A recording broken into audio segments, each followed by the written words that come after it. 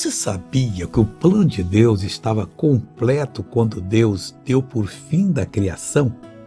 E aí, antes ele criou o homem, né? Adão, depois criou a costela dele, Eva, e abençoou que eles fossem frutíferos, que multiplicassem e que ocupassem toda a terra. Mas missionário, e se passasse fome? Para de ouvir essas conversas do demônio. Ah, não, hoje não dá para ter filho. Hoje só bate um filho só quando muito, as coisas são difíceis. Quem falou para você? Meu pai era pedreiro, lá em casa não tinha uma geladeira. Lá em casa o banheiro era 10 metros fora da casa, uma casinha lá no meio do mato lá. A coisa era muito dura e ninguém morreu de fome não, Deus sustentou todo mundo.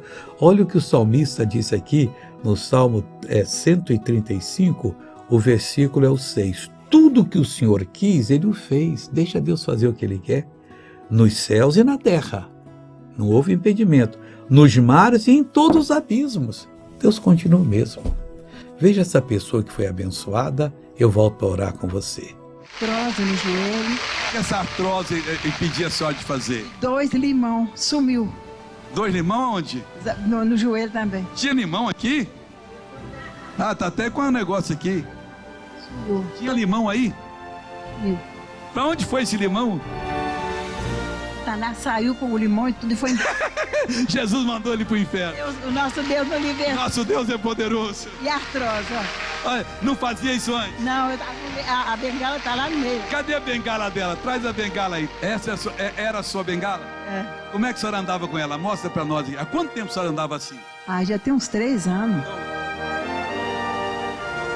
Agora, lá no Espírito Santo, em Minas, é igual. Terminou o trabalho, põe inchada aqui, anda normal em nome de Jesus.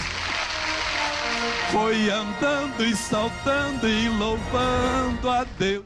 Vamos orar agora, Pai. O Senhor fez no passado todo o teu plano. Essa pessoa é um plano do Senhor. Está até pensando em acabar com a vida. Que demônio safado está mentindo para essa pessoa e que bobinha é ela que acredita no demônio. Pai, eu vou libertar essa pessoa e vou abrir as portas para ela. Muito obrigado agora. Seja liberto em nome de Jesus e veja o que é seu na palavra de Deus em nome do Senhor. Bom dia.